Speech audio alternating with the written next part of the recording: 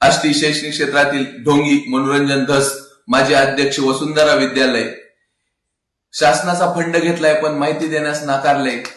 अहो धस साहेब तुमचं असं झालंय, लबाड लाडग ढोंग करतय मन स्वांग करतय. म्हणजे शासनाकडून फंड घेतलाय पण जर सामान्य माणसाने कोणी माहिती दिली तर तुमच्याकडे ती माहिती नाही.